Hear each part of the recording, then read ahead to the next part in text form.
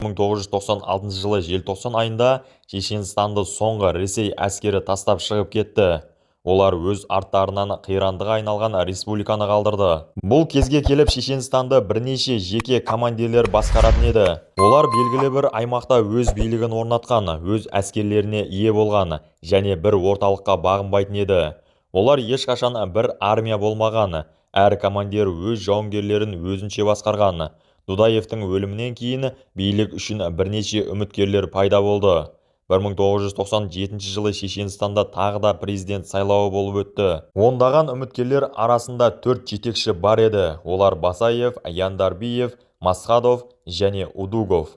Басаев екінші соғыстың негізгі фигураларының бірі болып есептеледі.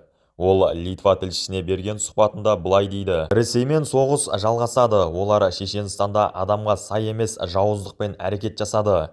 Ресей әскерлері 100 000 адамды өлтіріп, барлығын қиратып кетті. Керек болса, біз бұл мемлекеттің кез келген үкімет жетекшісімен келіссөз жүргіземіз. Бірақ Ресей Шешенстанға жеткізілген зардаптар үшін 700 миллиард ақш долларын төлесін, деген еді Басаев. Соғыстың жалғасуы туралы тек Басаев қана емес, сонымен бірге басқа маңызды адам Салман Радуев те осыған ұқсас ойда еді. Ол өз сөзінде: мен Ресеймен бейбітшілік орнатылуын қаламайтынымды жасырмаймын. Олармен соғысуымызды өте көпшілік қалайды. Мен жақын арада 5000 адамнан тұратын армияны қаруландыруды ойлаудамын. Олар жауынгер емес, бірақ олар жақсы дайындалған 5-6 Ресей дивизиясын жоқ қыла алатын тұрақты армия болады. Біз қаруларды бүкіл әлемнен аламыз. Ауғанстан бізге $1000 тұратын гранатометтерді тегін бермекші. Тек жеткізу мәселесі бар. Қазіргі уақытта менің қаражатым өте көп. Оларға беймарал қару сатып аламын. Мені исламдық партиялар қаржыландырады, деген еді Салман Радуев. Бірақ Шешенстан халқының негізгі бөлігі соғыстың жалғасуын қаламаған. Бейбітшілік пен тыныштықты орнатуды қалаған Масхадов сайлауда 60% дауыс жинап жеңіске жетеді. Бір жағынан қарағанда бұл сайлау Шешенстанда мемлекетті құру үшін кең мүмкіндік еді. Бірақ Шешенстанда президент лауазымы ештеңені шешпеді. Масхадов соғыс уақытында тек өзі басқарған жауынгерлерді басқаруы мүмкін еді. Көпшілік командирлер оны мойындамады. Әсіресе Салман Радуев. Масхадов республикада жағдайды тәртіпке салу үшін ол өзінің қарсыластарын жоюы керек еді. Бірақ әрбір дала командирінің қол астында көбірек жауынгерлер, қаржы және қару болған. Оның үстіне Масхадов Дудаевтен алдын Шешенстанда жетекшілік еткен Докуз Авгаев үкіметінде қызмет еткен бірнеше шенеунікті қол астына алады. Үкімет лауазымдарына Ресейді қолдайтын шенеуніктер келгенін көрген командирлер дереу Масхадовты Кремль үшін жұмыс жасап жатқандықты айыптайды. Бұл әрекетімен Масхадов соғыстың жалғасуын қалайтын адамды үкімет төбесіне қойып қойған еді. Бұл оқиғалардың бәрі мемлекетте діни экстремистердің әсері күшейіп бара жатқанда орын алды. 1998 жылда Шешенстан азаматтық соғыс жағдайында еді. Атыс кезінде кейде жүздеген жауынгерлер қатысып, ондаған адамдар қаза табатын.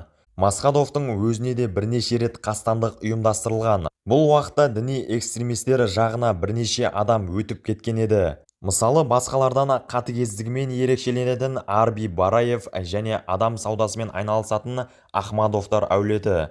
Сонымен қатар экстремистерге Сауд Арабиялық Хаттаб та қосылған еді.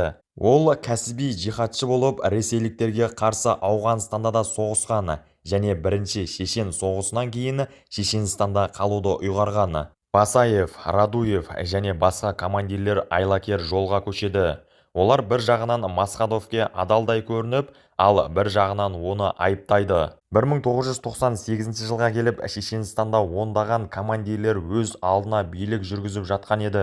Әрқайсысы Шешенстанның белгілі бір аймағынан өз үлесін талап еткен.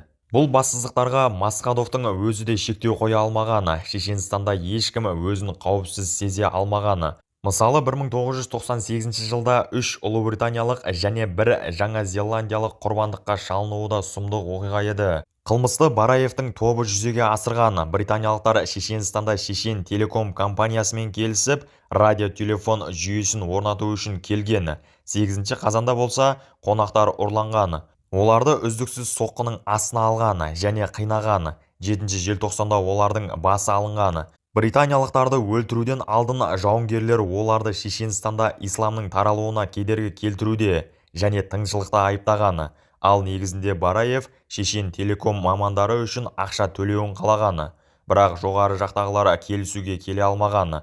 Бұл жағдай болса, британиялықтардың өлтірілуіне алып келген. Дала командирлері өз алдына өздеріне ішінара жеке міндеттер алып алған еді. Масхадовтың өзі мұнай өндірісін, Басаев есірткі саудасын, Бараев және Ахмадовтар адам саудасын, Хаттаб болса қару саудасымен айналысар еді. Хаттаб түрлі радикал топтардан соғысқа көмек алып келетін еді. Өзі саудиялық болған Хаттаб Шешенстанда диверсанттар мен партизандарды дайындау лагерін ашты. Бұл жерлерде шешендермен бірге басқа Орта Азия мемлекеттерінен келген адамдар да оқытылған. Хаттаб тек жауынгерлерді ғана емес, сонымен қатар үндеушілерді де дайындауға көңіл бөлді. Шешенстан өз-өзін сыртқы күштерден қорғай алмады. Бұл жерде күшсіз болса да, тұрақты қоғамды ешқайсы дала командирі құра алмады. 1999 жыл көктемінде Шешенстанда ішкі істер министрінің генерал-майоры Шпигунды ұрлап кетеді. Кейіннен оның өлі денесі Итумкали ауылынан табылған. Сол кезде мәселені күшпен шешу керек екені анық болады. Басқа жағынан Шешенстандағы діни топтар бүкіл Шешенстанда шариғат заңдарын орнатпақшы болады. Ресейдің назарсыздығы оларды одан да қуаттандырған. Өз топтарындағы жауынгерлердің аздығына қарамай Басаев және Хаттаб тез шешім қабылдайды. Олар үшін ең маңыздысы Ресей күшсіз болып тұрған кезде жаңа жеңістер арқылы атақ пен абыройға көтерілу еді. Одан бөлек Хаттаб шынымен де ислам жолында күресіп жатқанына сенген.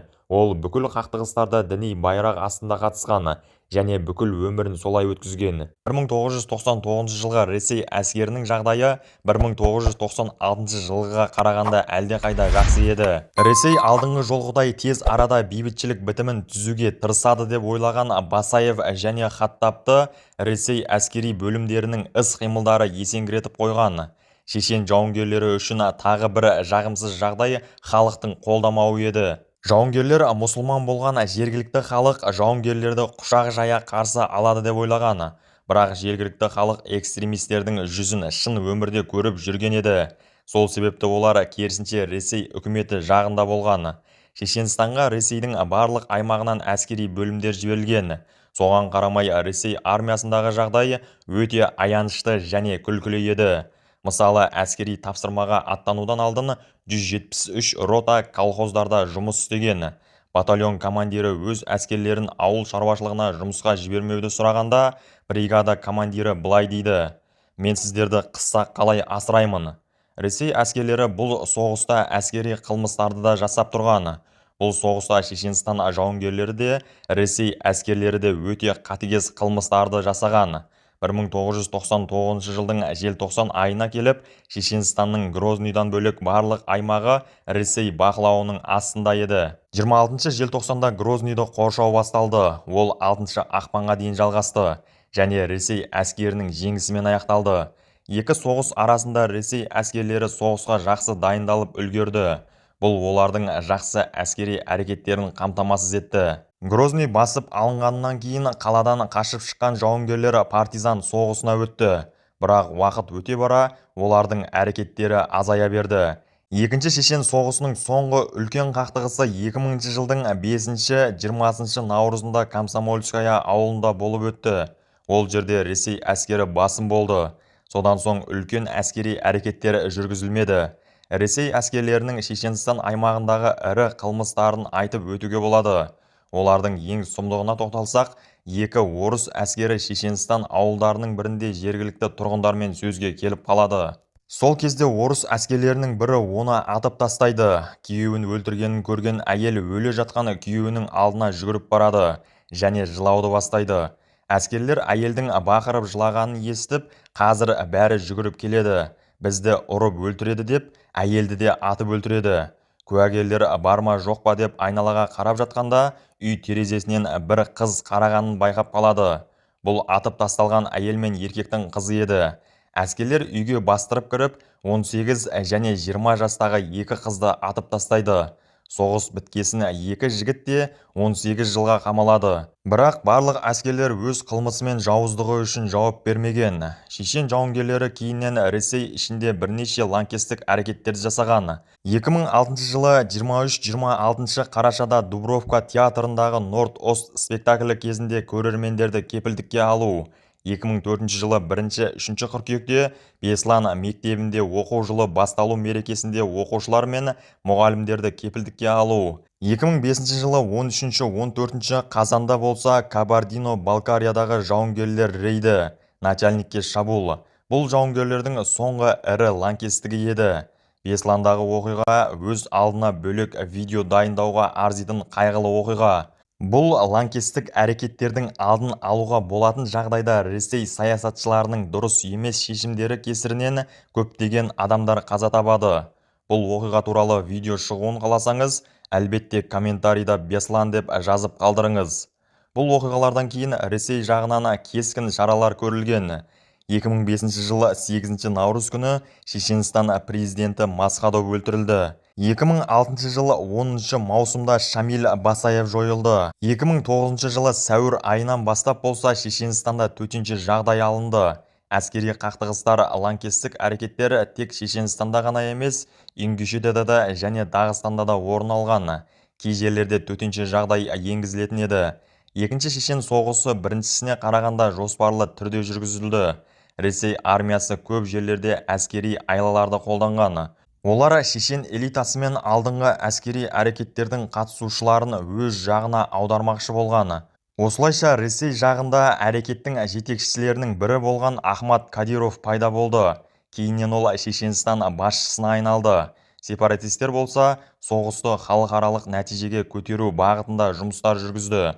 Олар өз қатарына шешен болмаған қарулы күштерді шақырды. 2005 жылы басында Масхадов пен Хаттабтың жоқ қылынуы әскери әрекеттердің бәсеңдеуіне алып келді. 2002-2005 жылы аралығында теракттерден кейін тыныштық уақыты басталды. Екінші Шешен соғысының негізгі нәтижесі ретінде Шешен республикасындағы жағдайдың тұрақтылығын көрсетуге болады. 10 жыл барысында халықтың тыныш өміріне кедергі келтіріп келген қылмыстарға шек қойылды. Сонымен қатар адам саудасы мен есірткі саудасына да шек қойылды. Шешенстан өзі тырысқан тәуелсіздікке ие бола алмады. Анығында билік басына келгендер мемлекетті құрумен айналыспады. Олар өздерін қылмыстық топтардай көрсетті. Сонымен қатар Ресейдің әрекеттерін мүлде ақтауға болмайды. Қорытынды шығару өзіңізден, бірақ бұл тарихи соғыста екі жақта да ақ түс жоқ.